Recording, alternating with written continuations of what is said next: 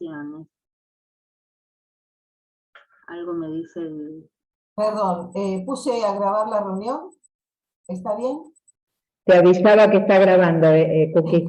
Vos con entendido que va a estar todo bien. ¿Está Sí, bien me que hablaron en grabo? inglés. Cuando me hablan en inglés no respondo. Bueno, sí, soy Cookie, para quienes no me conocen, ahí dice Lisa Lisnowski, pero vamos a decir la verdad, soy Cookie.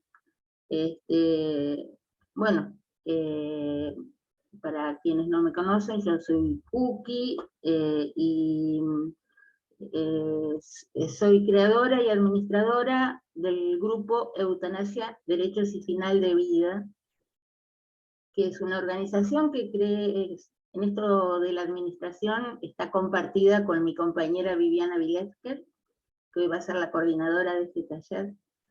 Y bueno, yo creé este grupo, Eutanasia, Derechos y Final de Vida, por una experiencia muy brava que tuve respecto del fin de vida de mi hija mayor, que, bueno, que ella tuvo un cáncer de ovarios, y vivió durante 5 años transitando este padecimiento, y sobre el final, cuando ya no había nada que tratar, ella quiso que estaba sufriendo muchísimo, y quiso que la durmieran, y esto no fue respetado. Si bien ella vivía en Montevideo, ellos tienen leyes muy similares a las nuestras, cosa que, bueno, nosotros, la familia, no conocíamos, yo no sabía nada, y bueno, ella tuvo que vivir, digamos, pasar, digamos, por una agonía muy espantosa, injusta y muy cruel, a pesar de su deseo, que no fue respetado. Por eso digo, conocer nuestros derechos es fundamental. Hoy estamos aquí con el tema, el segundo taller de directivas anticipadas que hacemos con la red. Seguramente Vivi, para quienes no estuvieron en el anterior, va a hacer un repasito de lo que fue el anterior, para que todas estemos a tono, digamos, con la información. Y bueno, este taller es fundamental porque justamente tiene que ver con esta cuestión tan importante de morir con dignidad, ¿no? Y sobre todo con el tema de la autonomía sobre la propia vida y sobre el propio fin de vida, cómo queremos que sea, cuándo queremos que sea, elegir, poder decidir sobre esta cuestión, ¿no? Tan trascendente y que, bueno, tan desconocida hasta por profesionales, muchos profesionales de la salud, la población en general y profesionales de la salud, y es ley. Ya lo va a explicar bien Viviana, esto es una ley y tenemos todas que tener en cuenta que debe ser respetada, como cualquier ley. Así que, bueno, yo estoy de acompañante de Viviana, que va a ser quien va a dictar este taller, quien me lo va a coordinar, y bueno, mucha suerte para todas, y después nos seguimos comunicando en el taller. Gracias, Cookie. Me parece que se fue Silvia, ¿no? No la estoy viendo. No, apagué un minutito Perdón, Silvia, ahí te vi. por Perdón, un no te problema encontraba. familiar perruno. Okay, me preocupé de repente que no estuvieras. Bueno, gracias Cookie, gracias Silvia, gracias a la red, gracias a cada una de ustedes que está hoy aquí. Sé que muchas de ustedes estuvieron en el encuentro anterior, otras no, por suerte se está grabando, también se grabó el encuentro anterior, así que siempre hay posibilidad de volver a ver y compartir este espacio. Como dijo Cookie, teniendo en cuenta que algunas de ustedes hoy están por primera vez, me gustaría repasar o refrescar un poco lo que estuvimos planteando en el encuentro pasado para luego entrar en este encuentro. Me presento cortito, mi nombre es Viviana Vilesker. Yo hace más de 30 años que me dedico al acompañamiento de personas que están transitando su fin de vida por diferentes motivos, por enfermedad, por edad avanzada, por una combinación de ambas. Acompaño también a las familias y allegados que acompañan a su vez a estas personas. Aprendí mucho en estos años, espero seguir aprendiendo. Y este tema en particular es un tema que me ha convocado muy desde los comienzos, con diferentes matices, y hoy, al día de hoy, me parece un tema fundamental porque, tomando las palabras de Kuki, es un derecho que no siempre es tenido en cuenta, no siempre es conocido, de eso vamos a hablar un poquito, y por ende no siempre es reclamado ni respetado cuando es vulnerado. Y ya desde hace casi 15 años que fundé una ONG, una asociación civil que se llama El Faro, dentro de la cual hemos hecho un trabajo para redactar y ofrecer a la comunidad en forma libre un modelo de documento de directivas anticipadas que se puede descargar y aprovechar como inspiración para la redacción de libre de cada documento que uno quiera encarar. Ahora en un ratito se los voy a compartir, se los voy a mostrar porque lo quiero utilizar como modelo, como referencia para lo que vamos a conversar. En el encuentro pasado partimos de plantear lo que podría parecer, y quizás es una no tan buena noticia, que es la siguiente, que es que la mayoría de las personas no redactan sus directivas anticipadas. Y esto no sucede solo en nuestro país, es un tema mundial. Y si bien cada país tiene sus leyes que habilitan más o menos según el alcance de las leyes, aún existiendo el derecho a la redacción de directivas anticipadas, es un hecho que un porcentaje muy pequeño de personas redactan directivas anticipadas.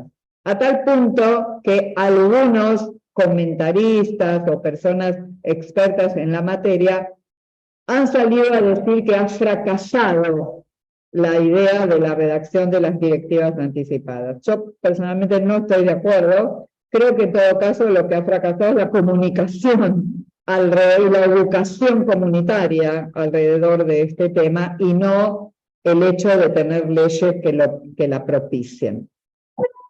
Pero me parece importante que nos pongamos en este contexto, que reconozcamos también los desafíos que implica, que ese es un poco el sentido de este encuentro y del encuentro anterior. En el anterior encuentro lo que propusimos es una suerte de líneas o ejes para mirar este tema. Y lo que yo les planteaba era una suerte de hoja de ruta para ir acercándose a este tema, que empieza por la información. O sea, un primer paso importante para eventualmente llegar a la redacción de directivas anticipadas es tener la información adecuada y suficiente. En este caso, conocer las leyes, saber que existen leyes que habilitan la redacción de directivas anticipadas. Parece obvio, sin embargo, una gran parte de la población desconoce este derecho. Una gran parte de los profesionales de la salud desconoce este hecho, lo cual llama mucho la atención. Entonces, empecemos por plantear la información básica. ¿En qué consiste la información básica? En que hay dos grandes leyes. Una es la ampliación de la primera, la ley 26.529, que es la ley de los derechos del paciente, y la ley 26.742, conocida como ley de muerte digna, aunque el nombre estricto de la ley no es este. Las dos leyes dicen cosas bastante parecidas, la ley 26.742 agrega algunos ítems y en el tema de las directivas anticipadas, lamentablemente, complica la redacción de las directivas anticipadas. Y les voy a contar por qué. En la primera ley, el artículo 11, la ley 26.529, las leyes se descargan de internet completas, no es ningún misterio. En la primera ley, el artículo 11 otorga el derecho a la redacción de directivas anticipadas a toda persona capaz mayor de 18 años. Eso es todo el requisito de la ley. Y lo que aclara es que toda persona tiene derecho a redactar sus directivas anticipadas, a menos que en esas directivas anticipadas se soliciten prácticas eutanásicas que al día de hoy están prohibidas por ley. Ese es otro debate, por supuesto, pero esto es lo que la ley plantea, que pueden ser revocadas en cualquier momento y modificadas en cualquier momento. Hasta acá la primera ley. La segunda, la 26.742, agrega la figura del escribano público como participante necesario de la legalización del documento de directivas anticipadas. Esto es lo que complica la redacción de las directivas anticipadas.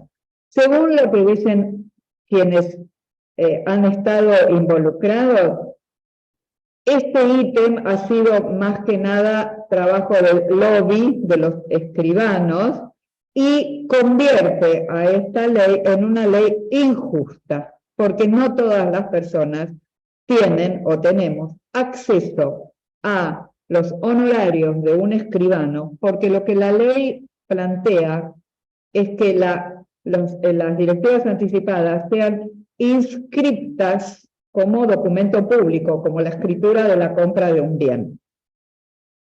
Y esto es muy oneroso.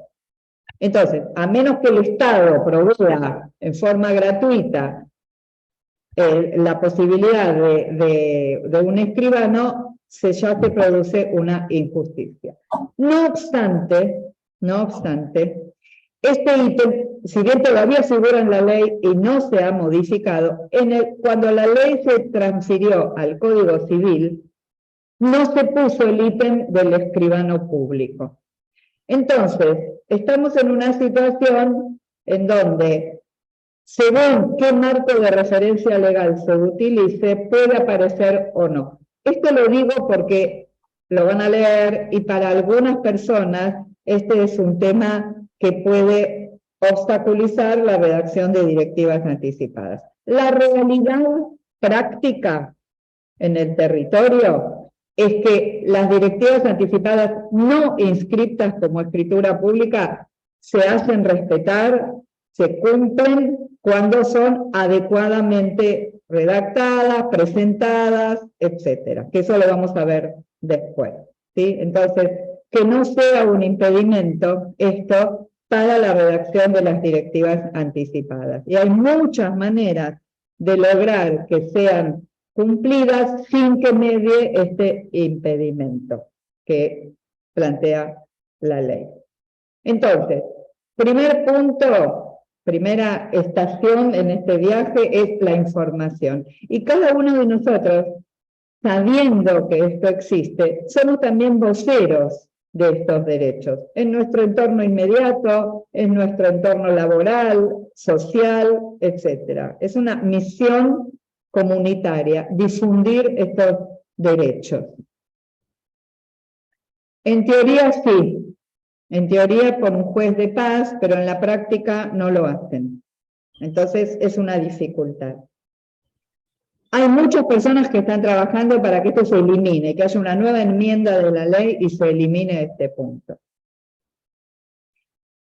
Este paso de la información es básico porque sin este paso no podemos pasar al segundo paso, que en realidad es una instancia de reflexión y de camino más personal, diría yo, y que tiene que ver con asumir nuestra finitud, y no solo asumir la finitud, que es todo un desafío, obviamente, reconocer que vamos a morir, que tenemos una fecha, no sabemos cuál es, pero que va a llegar la fecha de nuestra muerte, y que ese escenario no sabemos cómo se nos va a presentar.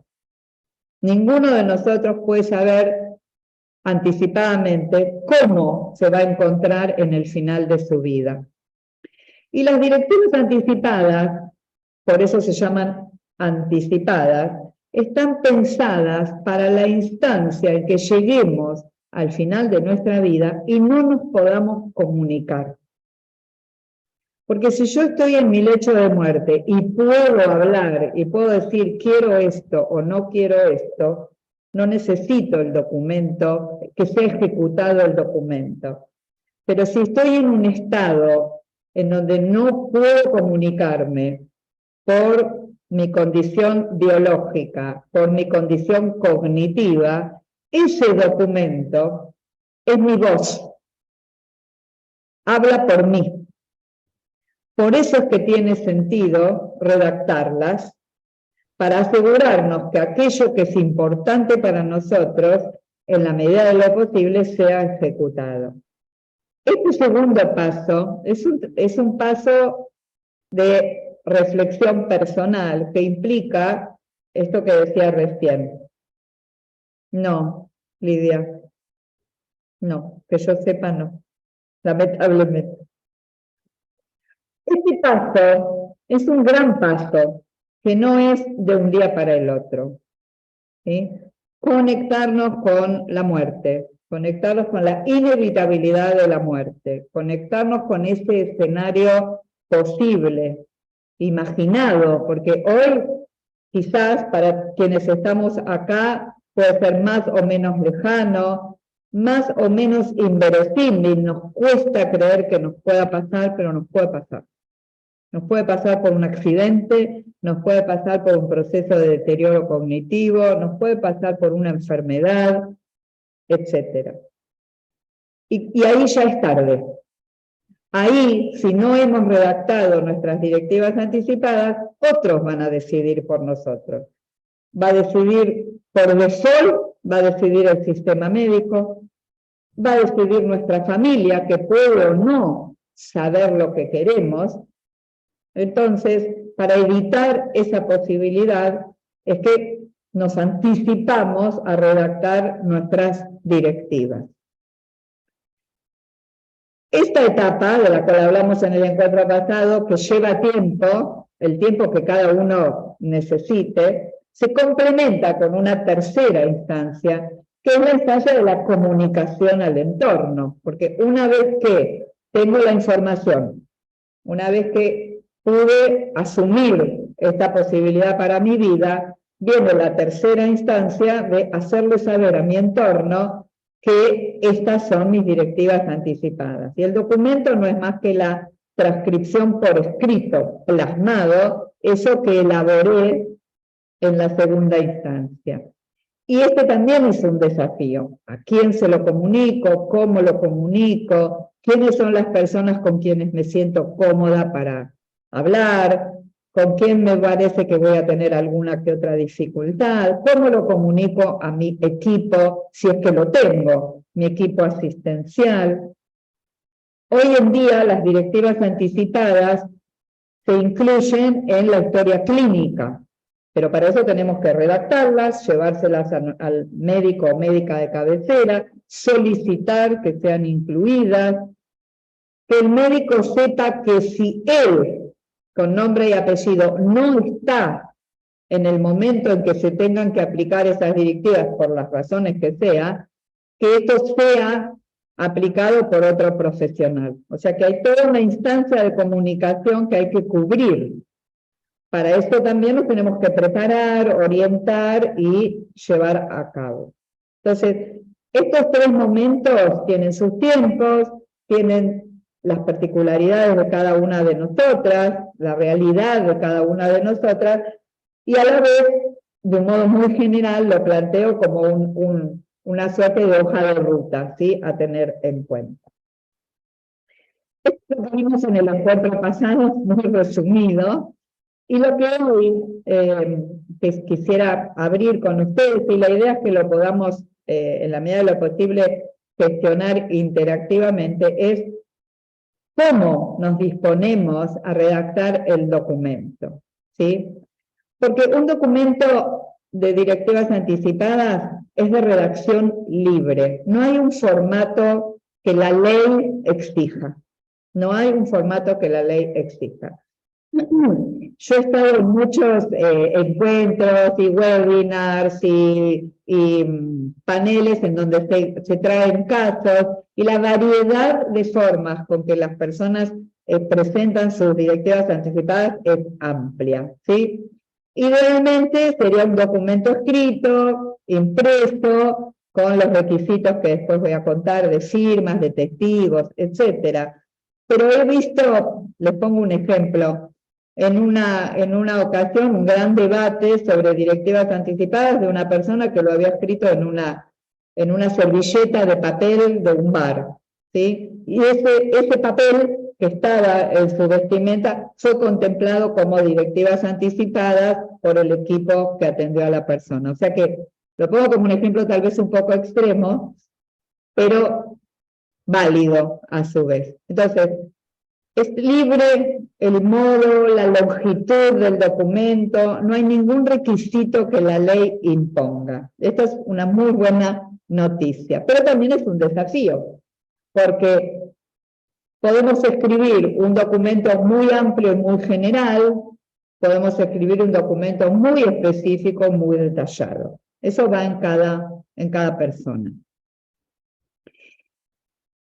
La sugerencia o la pauta para ser viable, para poder hacerlo, la sugerencia es hacerlo lo fácil, ir de lo fácil a lo más complejo, ir de lo que tenemos seguro primero a lo que todavía tenemos dudas. ¿Qué quiere decir esto? Yo les voy a mostrar el documento. Y en cada una de las instancias que cubre este documento, la idea es aplicar estos criterios para que ustedes que están ahí escuchando empiecen a mover estas ideas, si es que no las han movido todavía, ¿no? Que vean cómo esto se puede ir de a poco armando, porque tampoco es que uno se sienta un día a la tarde y escribe el documento. Puede pasar, pero en realidad, en general, es un proceso. Y hoy escribo un poco, y paro, y mañana reviso, y cambio, y hay algo que tengo dudas y pregunto. Es una construcción en el tiempo. Entonces, lleva su tiempo, y es importante tenerlo, ese tiempo. ¿Yo puedo compartir pantalla, Silvia?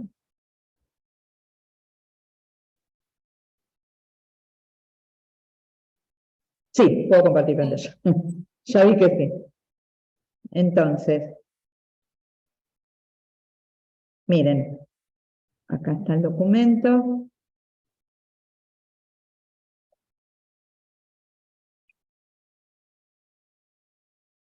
Bien. A ver si lo ven. Ahí va. Este que yo les voy a mostrar es el documento que diseñamos en el Faro, que les vuelvo a decir, es de libre descarga, lo pueden tomar como inspiración, tal cual, sacar, agregar, pero hay muchos otros modelos que circulan. De hecho, en el Facebook de nuestro grupo de eutanasia está subido este y hay otros ejemplos que han sido públicos y que sirven de modelo. Les voy a contar un dato interesante. En España, en las páginas web de cada municipio, de las diferentes zonas geográficas, aparece un documento de directivas anticipadas de ese municipio, que son todos prácticamente iguales. Pero es interesante porque esto es un mensaje para la población. Así como informan de un montón de otras cuestiones de la vida cotidiana, también está el documento en España se llama testamento vital, ¿sí? Porque es un testamento que uno escribe estando vivo, que se puede descargar y completar. O sea que es muy importante que esto circule, cualquier modelo que se quiera proponer. En este modelo tiene un nombre de fantasía, el documento nuestro, que se llama Mi vida al final de mi vida. Cubrimos 3 grandes instancias. La primera es la instancia de elegir el representante legal, la persona que va a hablar por nosotros, llegado el momento. Alguien va a tener que tomar nuestra voz cuando nosotros no nos podamos comunicar y hacer valer este documento, parcial o totalmente. Sepamos esto, que aunque escribamos un documento hiper detallado, puede que suceda que algunos ítems no se puedan cumplir. Pero van a ver que esto también está contemplado en la redacción, que algo no se pueda cumplir no anula la posibilidad de que el resto de nuestras directivas se puedan cumplir.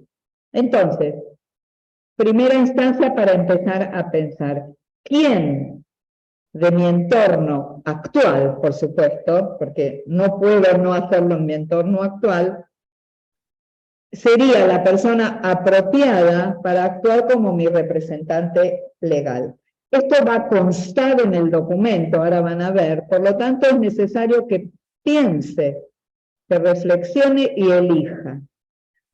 Aquí hay algunas sugerencias, que es que sea una persona que nos conozca bien, que conozca nuestros principios, nuestros valores, nuestra trayectoria de vida, con la que hayamos conversado. A veces no somos conscientes y tenemos más de una conversación informal en donde decimos, uy, si a mí me pasa esto, aviso que lo que quiero es esto, ¿sí?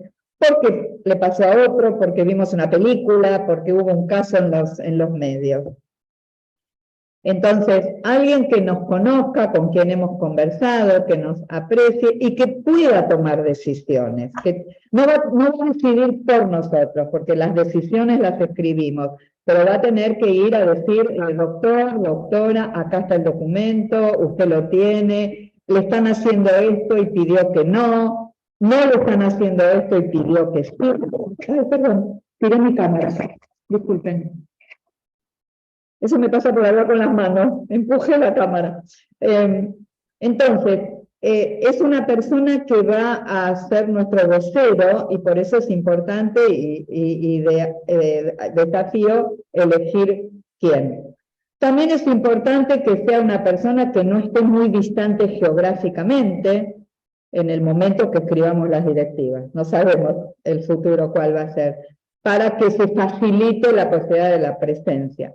Para algunas personas puede ser obvio que esa persona es un familiar, su cónyuge, sus hijos, su hermano, y para otras personas puede ser obvio que no es la persona. O sea que es muy de cada uno esto, ¿sí? Lo que sí es importante es que sea una persona mayor de edad. Entonces, esta es una primera instancia. Esto luego se vuelca en el documento, entonces me voy a adelantar y les voy a mostrar.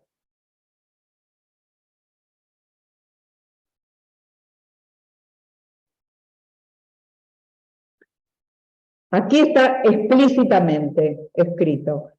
Estas son las personas a quienes deseo designar para que tomen decisiones en mi nombre cuando yo no lo pueda hacer. Y está explícitamente escrito el nombre de la persona, dónde vive, cuál es su teléfono, eso, todos los datos para que esa persona sea reconocida. Y por las dudas, que la elección número 1 no esté viable o disponible en el momento, hacemos una segunda y una tercera. Podemos hacer 20 o una sola. Esto es muy personal. Pusimos 3 para darle un marco más o menos razonable. Esto en cuanto a lo legal. Voy para atrás. Ahora, luego viene una segunda instancia, que tiene que ver con las directivas médicas anticipadas. El concepto de directivas anticipadas incluye las directivas médicas y abarca un montón de otras directivas, que ahora las vamos a ver. Entonces, dentro de esta propuesta está el sí detenerse a elegir aquellos tratamientos médicos, terapéuticos, que deseamos o no deseamos recibir. Esta instancia requiere información, requiere saber cuáles son los tratamientos que se suelen ofrecer cuando una persona está en fin de vida, cuáles son aquellos que no desearíamos o sí desearíamos. Y acá abro un paréntesis, porque la ley también dice que toda persona mayor de edad, y también no solo a partir de los 18, entre los 14 y los 16 años también se contempla esto, puede rechazar cualquier tratamiento médico sin que medie explicación alguna. O sea, yo puedo decir, no quiero quimioterapia y no tengo por qué explicar por qué no la quiero. Yo puedo decir, no quiero cuidados paliativos y no tengo por qué explicar no, por qué no lo quiero. No quiero hidratación, no quiero intubación. Pandemia, ¿sí? Qué tremendo tema tuvimos con la intubación y los famosos respiradores. Entonces, para llenar esta instancia es muy importante tener la información básica. No hace falta ser médico para saber qué es una sonda nasogástrica o qué es un botón gástrico. Es una información disponible, los profesionales de la salud lo pueden explicar de un modo claro para que la persona sepa cuáles son las ventajas o desventajas o las implicancias de determinada intervención. En términos generales, hablamos de dispositivos para la alimentación, como una sonda nasogástrica, un botón gástrico, la reanimación cardiopulmonar, que es el famoso no resucitar, alguna cirugía, un trasplante, por ejemplo, las transfusiones de sangre, la diálisis, los tratamientos con antibióticos, cualquier tratamiento que está cualquier intervención, perdón, que está orientada a mantener con vida a la persona. Tenemos el derecho a rechazarlo, pero para eso tenemos que saber de qué se tratan y escribirlos. Entonces, acá hay un apartado. Voy para adelante.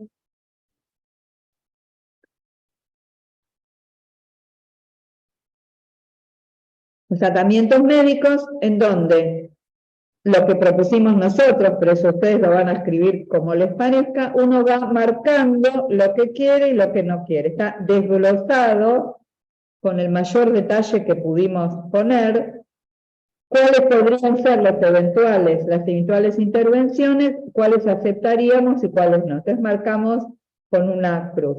Alimentación, hidratación, reanimación, cirugía, ahí ven la lista de los tratamientos.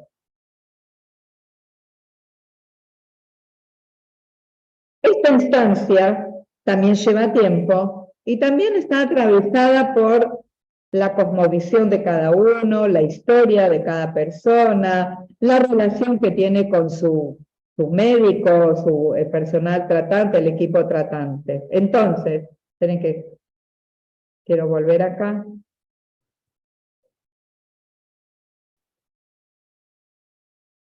Aquí. Ahora voy a esta parte, estamos acá. Entonces, también lleva un tiempo informarse, va a depender también de la condición de la persona, si está en un proceso oncológico, en un proceso neurológico, etc. O en una enfermedad degenerativa.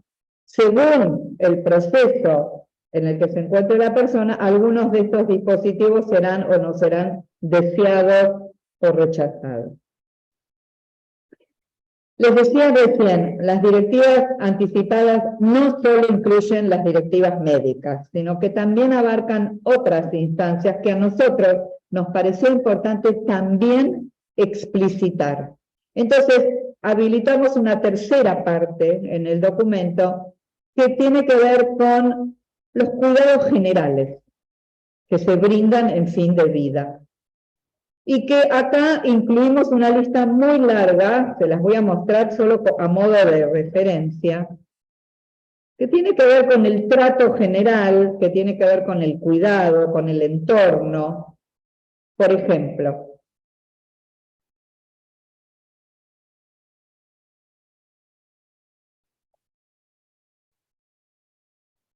esta es la parte 3, ¿sí?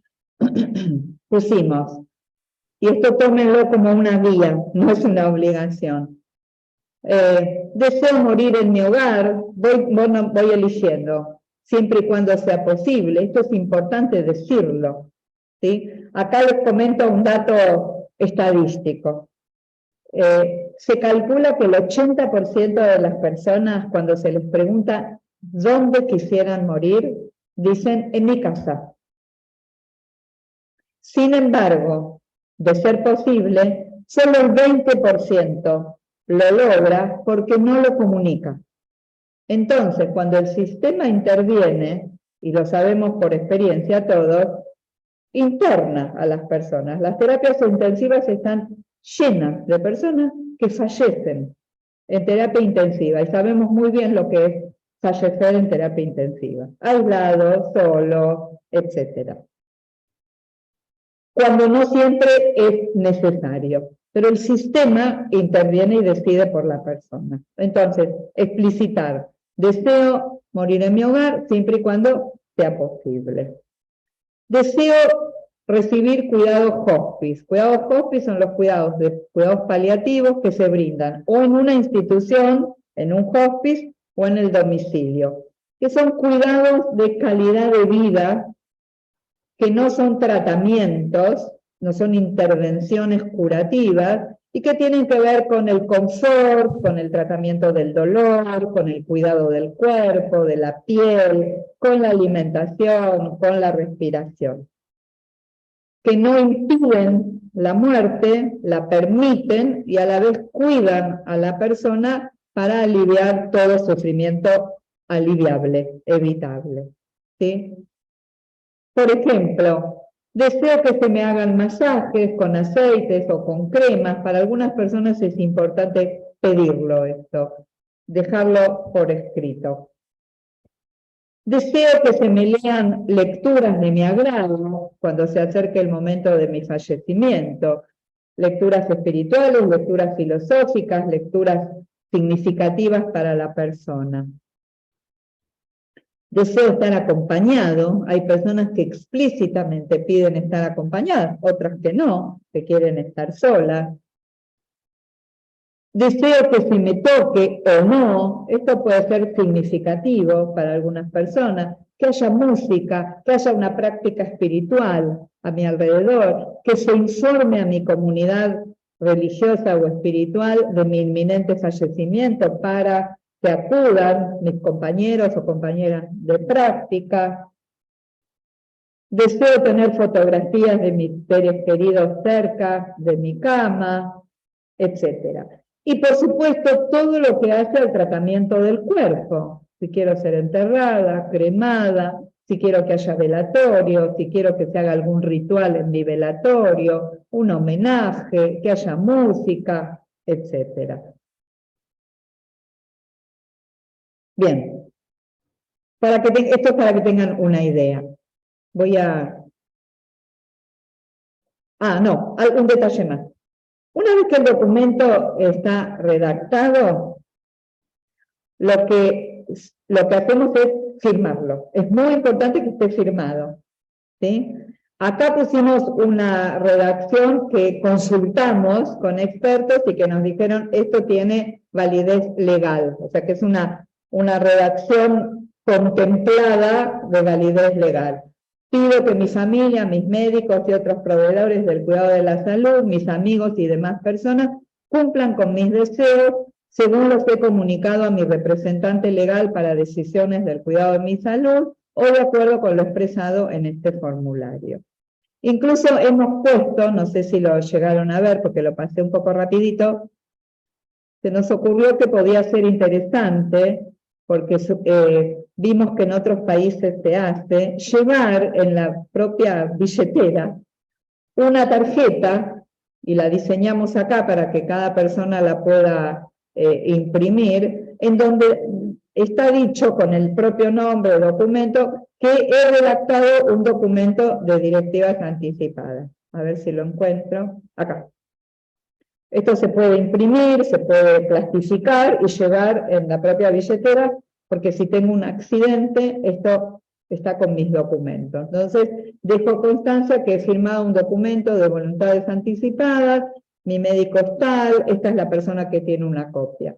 Lo que se sugiere, esto puede parecer obvio, pero es una cuestión práctica, es que una vez, así los veo a todos, una vez que redactamos este documento, entreguemos copias a todas las personas que nos parezca importante que las conozcan, sean o no directamente nuestros representantes legales. Que tengamos una copia cerca, nuestra mesa de luz, en nuestra cartera, donde querramos, que le entreguemos una copia a los profesionales de la salud, que entre en nuestra historia clínica. Todo esto está previsto dentro de los derechos que garantiza la ley.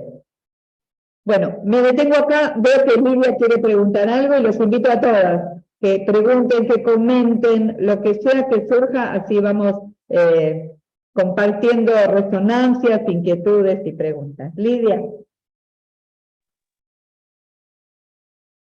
Estás con el micrófono Apagado. Ahora sí. Ahí va. Perdón, no sé si estoy interrumpiendo, pero No, para nada, Lidia.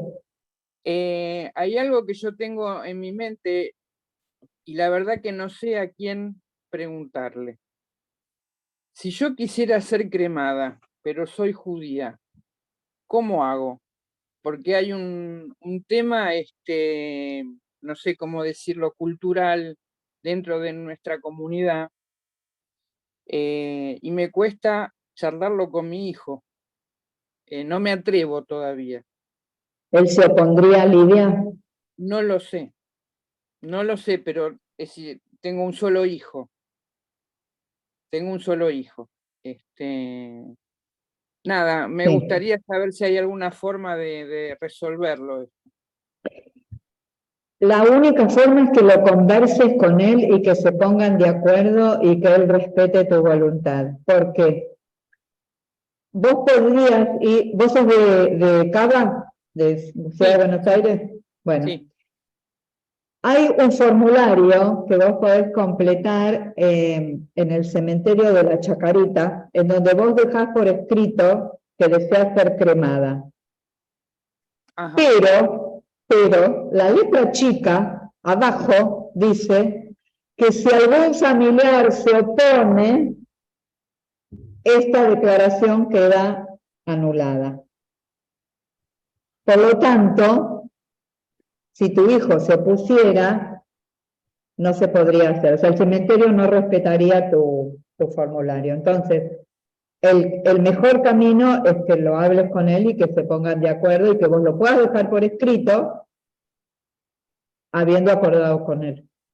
Tendría que hacerlo la mejor manera sería directamente en el Chacarita. Ese formulario... Después de conversado, ¿sí? Después de conversado. No, hay crematorios privados. Hay cementerios privados que tienen crematorio. Chacarita es el municipal. No, eso no sabía. Sí. Ok, muchas gracias. Azul. Gracias a vos. Sí. Azul es la segunda que levantó la mano. Sí, mi pregunta es esta. Si yo firmo ese documento, mi familia está de acuerdo, todo maravilloso, pero resulta que por diferentes circunstancias me internan en un hospital, en una clínica, lo que sea. ¿Tiene validez? Porque ahí hay una responsabilidad civil de la institución que va a ser hasta lo último para mantener viva a la persona. este documento es superior a las decisiones de las instituciones? Sí, Azul, sí. Bueno, Sí. eso. No te voy a prometer que es fácil, porque se han Bueno. dado muchas situaciones en donde la institución intenta desconocer, pero estrictamente, hablando en términos legales, tu voluntad es superior a la institución. Bueno, Sí. gracias, gracias. Laura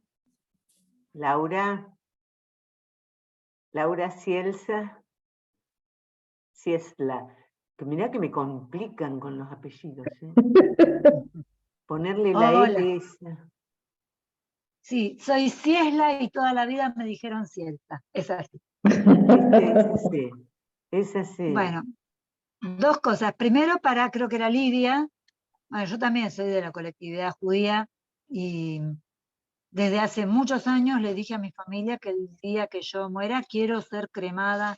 No me importa. O sea, si uno quiere ser cremado, me parece que la religión es algo que se puede mantener al margen. Es un pedido y ya lo saben todos. Nunca pensé en documentarlo, pero bueno, a través de esto me doy cuenta que sí es importante. Eso también, o sea,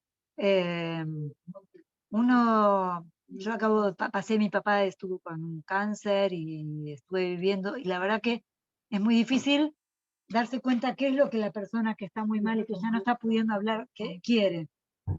Y ahora que estoy viendo esto, me da como, bueno, sí, la verdad, estoy pensando en ponerme a hacerlo, porque no me gustaría ver que pasan otras cosas y me disgustan y no poder decirlo. Sí. Agrego un comentario, Laura. No tenemos control sobre cómo va a ser este momento. Entonces, las directivas de alguna manera aseguran, aumentan la posibilidad de que se cumplan. Y por otra parte, no redactarlas puede ser una carga muy grande para la familia que va a tener que intentar saber, adivinar, intuir o discutir, porque no todos van a tener la misma percepción. Entonces también es una manera de cuidar a nuestro entorno, redactar las directivas anticipadas. Yo diría que es un acto de amor hacia el entorno nuestro. Gracias, Silvia. ¿Alguien más quiere hacer algún comentario? Alguna Está pregunta? Eva. Yo veo a Eva. Silvia. Eda. Sí, no, Eva, yo. Eva. Sí, sí. Bueno. Ah, tu mano es casi traslúcida, sí. Sí, es verdad. Como estás con una pared blanca, una no pared blanca bonito. no se ve. Sí.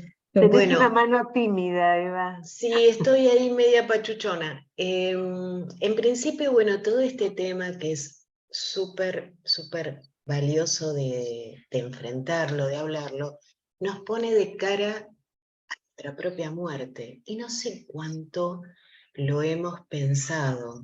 Digo, a medida que vamos profundizando en el tema, por ahí van surgiendo lo que le pasó a Lidia, bueno, cómo enfrenta esta conversación respecto de su hijo. Uno no quiere lastimar a nadie, también quiere que algunas decisiones se tomen, tienen claro, nadie quiere pasar lo que pasó Cookie. Es terriblemente doloroso, tanto para la hija de Cookie como para Cookie misma, porque y muchas veces los sistemas de salud se aprovechan de de estas dudas que nosotros tenemos con relación a la muerte, a lo que es realmente irrecuperable. Y nos van proponiendo prolongaciones que sabemos a la larga que no van a funcionar.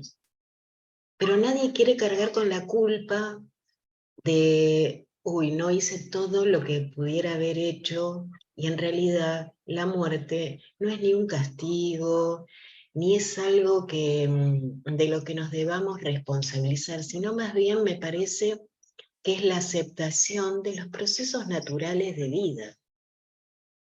Y me parece que a lo mejor eso es lo que nos falta, hablar un poquito más para no sentir ni culpa ni cargo de esto que estamos ayudando a que los otros no padezcan, ni sentirnos mal por pensar que no agregamos un suero más o no hicimos una cosa más, que lo único que va a hacer es prolongar la agonía. Y eso también está muy relacionado con el lugar donde están prestando la atención. No sé si les conté, porque a lo mejor en el anterior se los comenté, pero conocí un señor español que tenía a su suegra ya muy mayor acá en la Argentina. Él estaba casado con una argentina y tenían por costumbre venir a Buenos Aires todos los todos los marzos de todos los años para visitar a esta señora. Y una vez me pasó de verlo, esto en el lugar de trabajo, en octubre. Digo, ¿qué pasó? ¿Adelantó el viaje? No, tengo a mi suegra internada, 96 años tenía la señora, en terapia intensiva en la Trinidad. Estuvo más de un mes internada en la Trinidad en terapia intensiva. No había nada que hacer, pero el señor pagaba en euros. Y eso me parece que es una enorme diferencia cuando vos vas al hospital. En el hospital te dicen, mira, llévalo a tu casa, porque estamos frente a un proceso natural, inevitable, no va a haber cura. Y a veces uno quiere agarrarse de eso, que a lo mejor si va a ver a fulano, si lo lleva a tal lugar, me parece que eso es lo que nos pasa con esto de enfrentarnos a la muerte, ¿no? Sí. Eso quería comentarles. Ahí está Cookie con la mano levantada. Y lo que dice Eva me resuena muchísimo, como, digamos, una persona más de estas sociedades occidentales y cristianas, que tenemos tanta desinformación, que tenemos tan invisibilizada la muerte, de la muerte no se habla. Entonces, esto que traía Viviana respecto de la enorme cantidad de personas y de profesionales de la salud que no saben nada acerca de estas directivas anticipadas, y el temor, digamos, y la postergación, aún sabiendo que existe esta herramienta tan valiosa, la postergación que nos lleva a dilatar la redacción del documento, tiene que ver con estas matrices de aprendizaje que tenemos desde la infancia. Me resuena mucho lo que dice Eva, porque antes de meterme en toda esta cuestión, desconocía mis derechos, los derechos de los pacientes, y mi papá, que era viejito, que tenía 87 años, él no, cuando ya era realmente, se tuvo una neumonía y estaba a la vista, que era el final de su vida, con mi hermano lo forzamos a ir a terapia intensiva. Él no quería, nos pedía por favor que se quería quedar en la casa, y lloraba que no quería ir a internarse, y no lo respetamos, porque le decíamos, si no lo hacemos te vas a morir. Y él nos respondió, y yo igual me voy a morir, pero no quiero internarme. Bueno, lo forzamos, él murió en terapia intensiva, solito, despojado de todas sus cosas. Decía, me robaron mis dientes, mi reloj, no me escuchan, quiero ir a casa, y nosotros no lo llevamos a casa. Es un dolor que queda, ¿no? Cuando uno ya sabe que realmente pudo haber sido de otro modo, él pudo haber muerto en casa, rodeado de todos sus afectos, y sin embargo, desde un lugar también del amor, pero también desde el desconocimiento, y también desde el miedo, hicimos todo lo contrario a lo que hubiera sido bueno para él. Gracias, Cookie. Eda, te toca. Hola.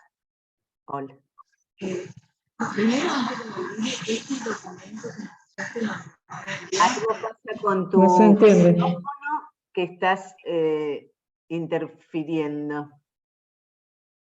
A ver. No. A ver ahí se escucha. Muy mal. Hay algo que es como si tuvieras el micrófono sobre una ropa. Pues seguí con otro compañero. Perfecto. Vos resolvés los problemas técnicos.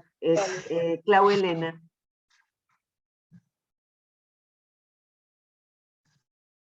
Sí, gracias. Yo creo que es muy difícil resolver el tema de la culpa esto que tiene mucho que ver, a mi juicio, con la religión, y el pensamiento mágico, ¿no? Porque creo que a veces, cuando evitamos esta conciencia de que de ese lugar no se vuelve, o al menos a mí me parece que me pasa, siempre uno habla desde uno, ¿no? Y decir, bueno, pero si dicen que hay que llevarlo a terapia intensiva y a lo mejor ahí pueden hacer algo, y la educación que tenemos de que la palabra del médico es palabra santa, ¿no? O sea, ¿cómo discutir si el médico dice que hay que ponerle, por ejemplo, el suero, o que hay que darle no sé qué?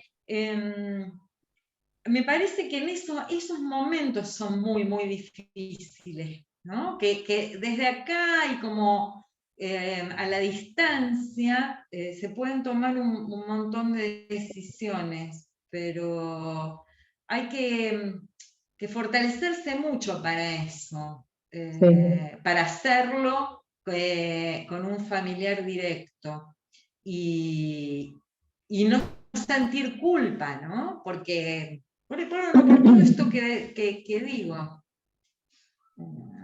Y esa es un poco mi experiencia y mi experiencia en cuanto a lo que uno puede dejar dicho y qué le puede pasar a ese otro que tiene que ejecutarlo, ¿no? Gracias, Clau. Eda, ¿cómo estás? ¿Se escucha? ¿Me escuchan? Un poquito mejor, pero no del todo bien. Parecería que estuviera difónica, Eda. ¿Vos estás difónica? No, para nada. Yo no sé qué pasa perfectamente. Porque se a, lo te mejor, escucha como... a lo mejor si lo escribe en el chat, Silvia. Claro, o lo escribís en el ser. chat o te abrís el celular, el Zoom en el celular y ves si por el celular podés, pero no estás pudiendo.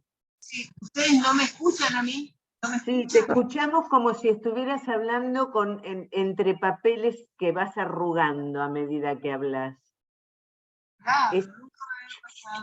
Es una fritada muy fuerte. Bueno. Seguimos con Marcela y vos intentá abrir el celular a ver si podés, desde el celu. Marcela. O escribir en el chat, Eda. O escribir en el chat. Viviana, vos habías hablado que en la ley, ¿me escuchan? Sí. Que en la ley 26.529, bueno, estipulaba que a toda persona capaz de mayor de 18 años, a menos que haya prácticas eutanásicas. Y a mí eso me parece, ¿cuál es el límite exactamente? Obviamente que si me ponen un almohadón sobre la cara, es una... y me ahogan, es una práctica. Es un asesinato. Se entiende por prácticas eutanásicas la intervención de un profesional, un médico, para provocar la muerte. O sea, lo que uno no puede pedir es que le provoquen la muerte.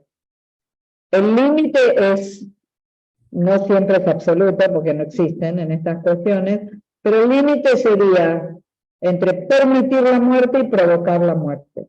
Las prácticas que se conocen como de obstinación terapéutica, antes se llamaba encarnizamiento terapéutico, que insisten en mantener con vida a una persona artificialmente, esas son las prácticas que uno puede solicitar que se interrumpan, que se retire lo que se llama el soporte vital para permitir la muerte. Porque la muerte está siendo a la larga va a suceder igual, pero está siendo impedida transitoriamente por todas esas intervenciones. Yo tengo el recuerdo de una tía mía que entró en un coma por una operación de un aneurisma estomacal y que fue mantenida artificialmente con vida casi una semana. Y yo la iba a ver a diario y los dedos de sus manos y de sus pies estaban negros, o sea, estaba muerto. Pero como la respiraban artificialmente, le bombeaban, la mantenían con vida. Eso es encarnizamiento terapéutico. Entonces, el límite está entre permitir y provocar la vida, la muerte, perdón. ¿Sí? Gracias. No, vos. Bueno, yo sigo por orden, ¿eh? Me tocó por Dale. orden. Kitty, Cristina, te anoto, ¿sí? Levantaste la mano humana. Un par de cosas. Me encantaría que el formulario pueda ser posteado como link para descargar en el WhatsApp del grupo. Todas las ¿Cómo que estamos no? acá estamos en el WhatsApp. Me encantaría que estuviera. Y ya sabemos que es un boceto, digamos, es una idea que nos permite hacer una construcción propia. Sí. No necesariamente hay que seguirla. Yo pensaba, que en mi caso es la vez número no sé cuánto que me acerco a firmar mis voluntades anticipadas y no lo hago. Y me he preguntado mucho estos días por qué no lo hago. Y me parece que es la suma de varias cosas que se han hablado acá, ¿no? Algunas tienen que ver con la poca comunicación que hay con los familiares. Me parece que pone en juego que tengamos que hablar, por ahí no hablamos de cosas ni siquiera más cercanas a estas con algunos familiares, y me parece que acá nos pone de cara a la historia de tener que, bueno, informar que uno tiene un deseo y que ese deseo no quiere que se cumpla. En general, acercarse a cualquier deseo es un problema. Y en este caso en particular es un deseo de un volumen importante, ¿no? Eso por un lado. Por otro lado, creo que también tiene que ver con lo que Cookie decía, que es poder hacernos carne de nuestros propios deseos. Eso implica conocerlos, aceptarlos y autorizarse a que ese derecho uno lo va a hacer carne. Y este no es un proceso sencillo, por eso siempre es más fácil hablar de cualquier cosa que ir a la ley y decir, esto es así, y es unirlo con el deseo. Finalmente, me acuerdo de algo que me impactó mucho de la reunión anterior, donde vos decías que estas direcciones anticipadas son no solo de aquellas cosas que no queremos, que también son de las cosas que queremos. Vos contaste en aquella oportunidad el caso de una mujer que dentro de sus voluntades anticipadas, aunque no sean escritas, era que quería dejarle las ollas que tenía a una sobrina que iba a estudiar de chef. Y a mí esto me pareció impresionante, porque si nosotros empezamos por el perro que tenemos en casa, los libros que son incunables para nosotras, si empezamos por esas cosas que parece que tuviéramos más derecho que con las otras, ¿no? No es, pero es como si sí. Me parece que es un camino interesante para poder... Y lo otro es trabajar el tema de la culpa. Bueno, el tema de la culpa es un tema que, digamos, nos encontramos con los problemas que nos encontramos frente a cualquier deseo. solo que lo tenemos que comunicar y lo tenemos Tal que cual. aceptar, ¿no? Sí, Eso era lo que quería decir. Bueno, sí. creo, Laura, que nuevamente levantaste la mano. Ay, sí, perdón. Después habla de otra persona si me olvido lo que estaba... o sea, yo pasé diferentes situaciones con mi papá y con mi mamá. Antes comentaba de mi papá que tuvo un cáncer de páncreas durante el COVID y la decisión era hacerle todo lo posible para hacer paliativo, para que no muriera, para que no sufriera, y la verdad es que me parece que sufrió más de esta manera que si no se lo hubieran hecho. Pero recordé de mi mamá que en esto que hablaban antes, mi mamá tuvo, primero empezó con una demencia senil y terminó con un tumor en el cerebro, que era muy grande, me decían que se venía generando como hacía 4 años, y cuando estaba internada, que estaba internada en la UAI, a toda costa los médicos me decían que había que operarla para sacarle el tumor. Mi mamá estaba con pañales, con una sonda nasogástrica, en muy mal estado, y yo encaré al médico y le dije, perdón, mi mamá, ¿qué va a mejorar si uno la opera con esta obligación de sostenerle la vida? ¿Qué va a empezar a hablar, va a empezar a comer, va a dejar los pañales? Y el médico ahí, no sé, no se sabe. Digo, bueno, lo enfrenté a la situación, le dije, si fueras tu mamá y estuviera en esta situación de la mía, contame si vos la operarías. O sea, lo puse en la situación de ver, porque uno no sabe, porque uno no es médico y no sabe qué va a pasar después. Y bueno, y él se cayó un rato y después me dijo, la verdad, no la operaría. A veces es muy difícil tomar la decisión con el otro de ver qué va a hacer.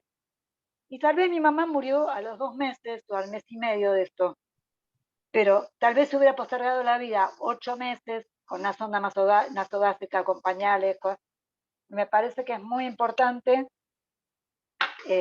aclarar, y a lo mejor ella, si lo hubiera pensado, que no siempre los médicos hacen lo que es lo mejor para el paciente, sino con esto de sostener la internada, de hacer una operación, lo que se va a ganar con una cirugía. Entonces, bueno, creo que es súper importante tener claro esto, que no siempre lo que aconseja el médico es lo mejor. Quiero Gracias, comentar, Silvia, quisiera comentar algo sobre lo que dice Laura. Muchas veces los médicos, estamos generalizando, ¿no? Porque no todos lo hacen, tienen mucho miedo a lo que pueda suceder como consecuencia de aceptar una directiva anticipada, porque en alguna medida puede ir en contra de lo que el mandato médico indica. Y la ley, justamente, teniendo en cuenta esto, dice que ningún médico será penalizado por cumplir con directivas anticipadas. Hasta eso está escrito en la ley. Sí. Está Eso bueno. quería comentarle. Sí. Gracias. Eda, ¿cómo andamos con...? Se lleva, no está Eda. Eda está Ahí viniendo está. a hablarnos a algún lugar en forma presencial. Acá estoy viendo si lo podía limpiar al micrófono. ¿Siente ahora? No, pasa Mejor. lo mismo. No, Un mi- poquito ver. mejor. ¿Siente mejor? Probá. Probá. Lo limpié, no sé qué. Pues, Trata de ser sintética. bueno, no. El tema era el siguiente. Yo tengo mi único hijo, varón, al que le quiero comunicar esto. Y lo pienso hacer mañana. Pero el tema es que con mi hijo no le puedo hablar del enfrentamiento a la muerte porque no lo quiere aceptar de ninguna manera. O sea, no le gusta hablar del tema. Y yo siempre le digo, inclusive en cosas, qué sé yo, de nada, que quiero que me cremen o que... Bueno, él quiere evitar el tema y no sé cómo encararlo porque le cuesta, qué sé yo, pensar en que me voy a morir. Y yo sé que le voy a facilitar muchas cosas porque mi mamá a mí desde muy joven, ella, a mí tampoco me gustaba que me hablara de su muerte, pero ella me dejó todo dicho lo que quería, y a mí me facilitó un montón, porque yo sabía lo que ella quería cuando se muriera. Y bueno, nada, estoy juntando fuerzas para ver cómo se lo planteo. Sí, es el camino que primero vas a tener que transitar en la conversación con él. Incluso, no sé cuál sería, en el caso de escribir tus directivas, si él sería tu representante. Quizás no tiene que ser tu representante, quizás lo tiene que ser otro. En realidad no tengo otra persona tan allegada como él. O sea, pienso poner en segundo instancia a otro, pero en realidad somos muy allegados, somos muy unidos, mi único hijo, y no tengo a nadie más. Sí. Estoy separada, en realidad no tengo más familiares cercanos como él. Pero no es necesario que sean familiares, Eda. No. Eso lo aclaró Viviana muy claramente. Puede Sí, ser sí. una amiga, una vecina, Yo lo el tengo almacenero. Lo que pasa es que vivo en Capital Federal y yo me mudé acá y mis amigas viven muy lejos. No tengo gente cercana como para designar aparte de mí. Y en mi fuero interior quiero que sea él. Con más razón, Eda, vas a tener que hacer este viaje primero dentro de la comunicación con él para plantearle que es un derecho, que no estás diciendo que tu muerte va a ser mañana a la tarde, pero que puede ser. Y que querés estar preparado y prepararlo a él. Sí. Es un camino, por eso planteaba que el camino de la comunicación es preparatorio para la redacción de las directivas anticipadas. Y la comunicación puede tener porcentajes, uno se va acercando al tema de a poco. No es necesario plantearlo todo de una vez, tenerlo como meta. Sí. Gracias. Creo que Cookie quiere agregar algo y luego sigue Cristina. Sí, algo que planteé en la reunión anterior, de mi propia experiencia, cuando he tenido posibilidad de hablar del tema del fin de vida, de la muerte, con algunas personas, y he preguntado a qué le tienen más miedo, ¿no? Teniendo en cuenta de que no existen personas inmortales y que todos nos vamos a morir en algún momento y todos vamos a transitar el fin de vida. Entonces la respuesta ha sido que el mayor miedo no es a morirse, sino al sufrimiento previo de la muerte, a la dependencia, a la humillación, a quedar sin posibilidad de hablar o de recibir afecto o de dar afecto. Bueno, toda esta cuestión que tiene que ver con el sufrimiento previo. O sea, como que esa pregunta creo que es interesante hacerla cuando uno va a hablar del tema. ¿A qué le tenés más miedo? O sea, ¿a la muerte o al fin de vida? Porque esta es la experiencia que yo tengo. Cada vez que hablamos del tema, aparece esto, mucho más miedo al sufrimiento previo que a la muerte misma, ¿no? Teniendo en cuenta de que en algún momento y por cualquier circunstancia, a cualquier edad, nos puede encontrar en fin de vida, ¿no? Bueno, Cristina.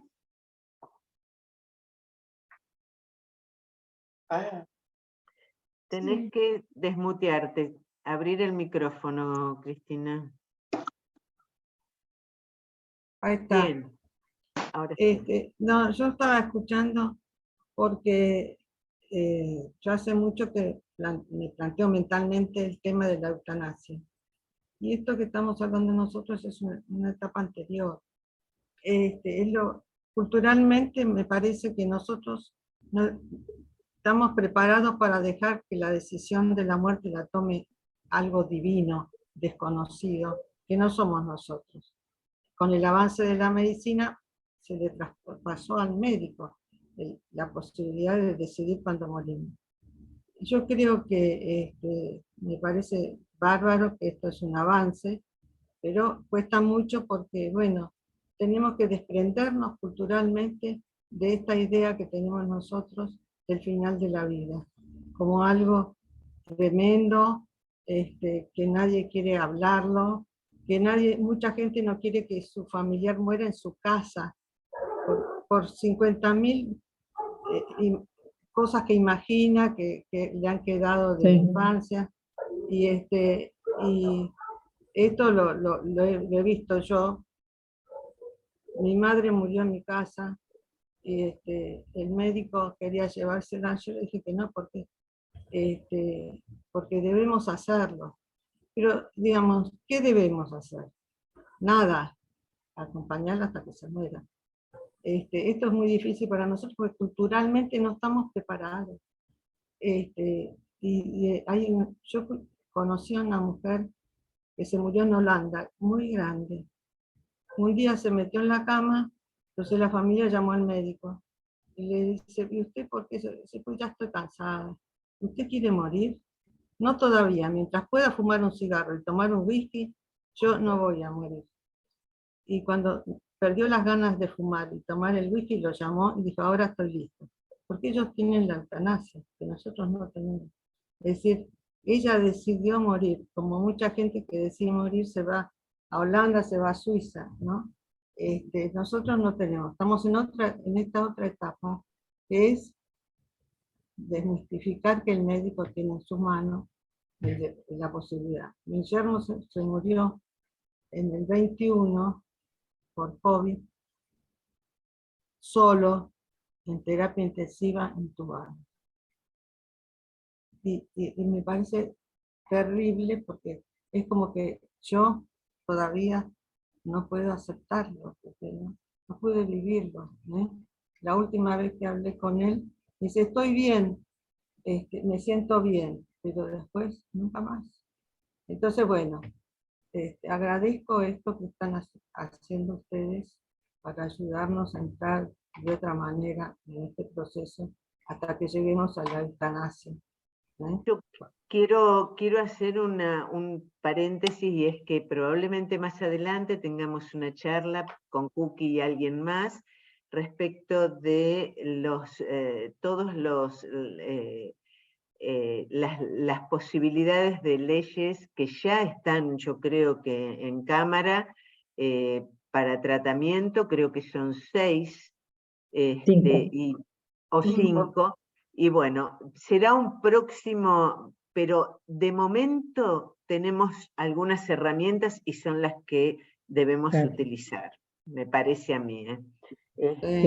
¿Algo más, Cookie? Porque no, está bien, ya está, gracias.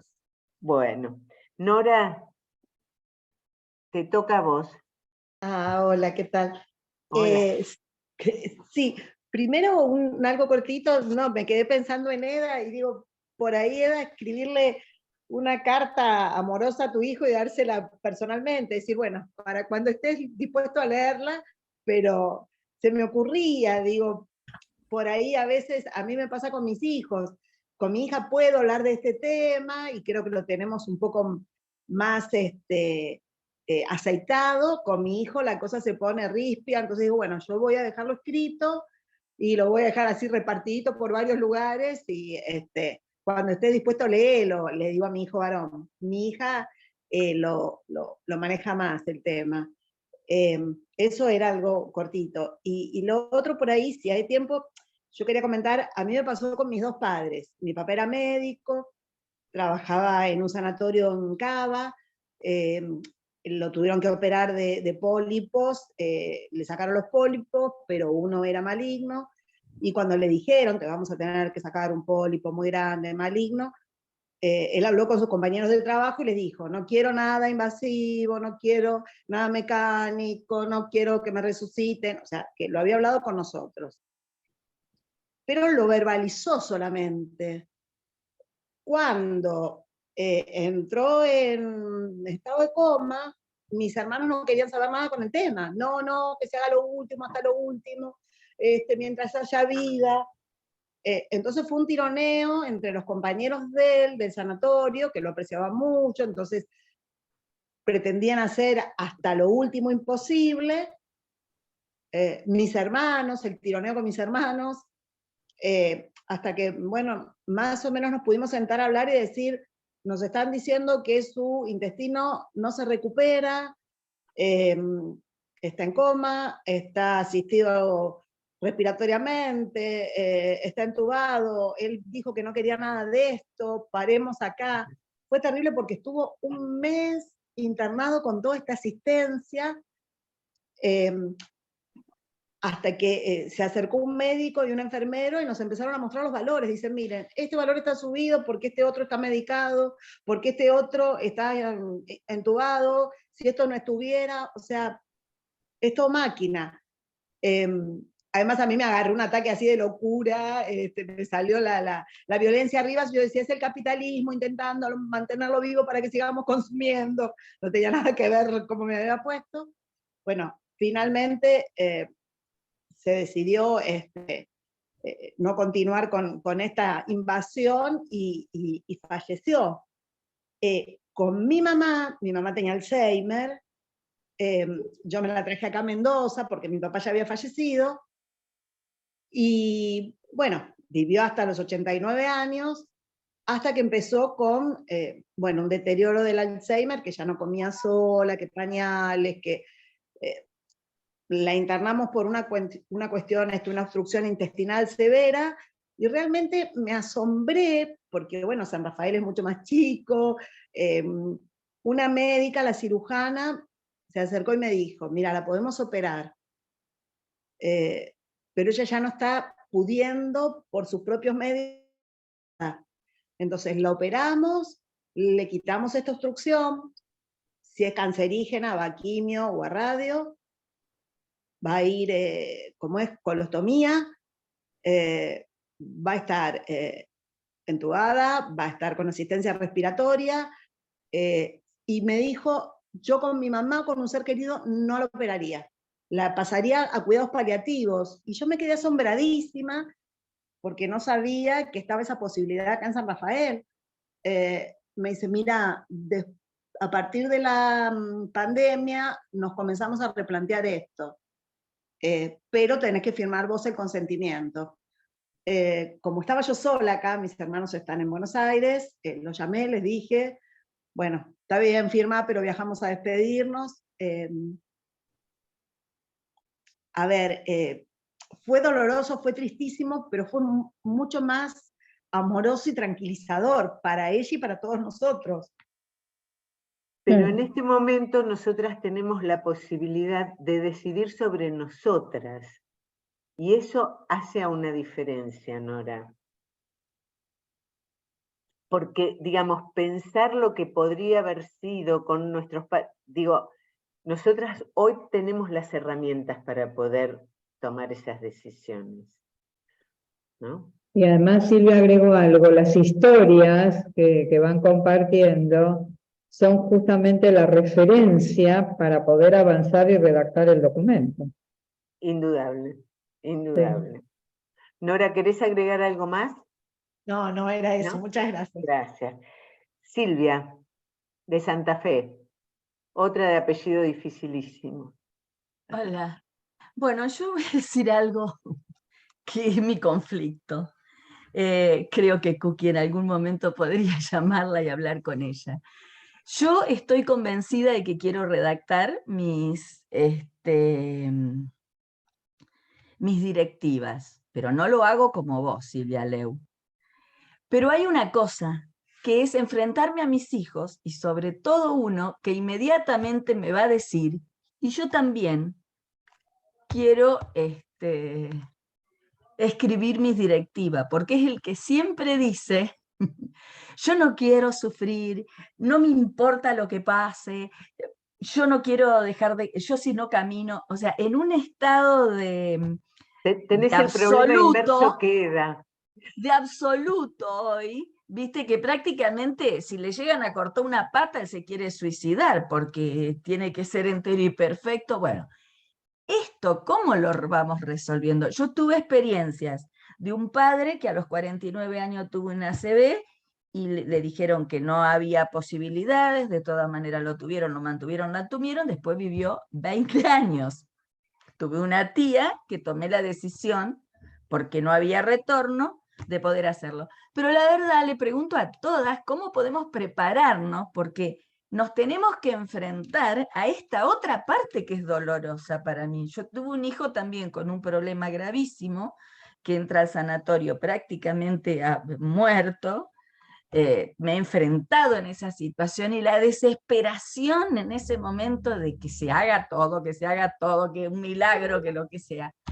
Bueno, eso sigue siendo mi conflicto, porque veía, Cookie, que vos decías que habías visto deteriorarse a tu hija, ¿no?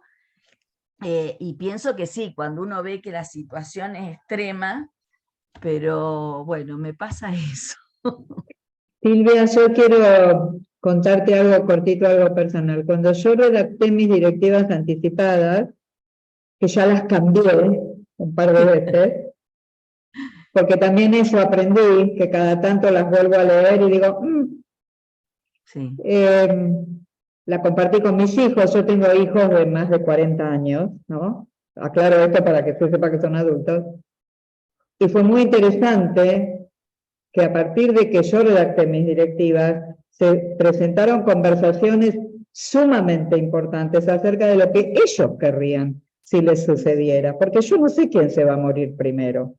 ¿Qué sé Seguro, yo? claro, claro. Entonces, que yo redactara mis directivas anticipadas estimuló conversaciones en donde yo me enteré de lo que ellos querrían, no las pusieron por escrito todavía, pero pude preguntar y me pudieron decir y pudimos hablar y hablé con mis nueras, o sea, hubo una especie de vuelta, ida y vuelta con las directivas anticipadas. Sí, sí, sí.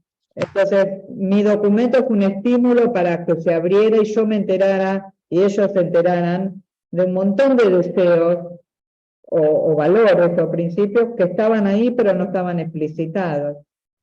Entonces, ¿por qué no?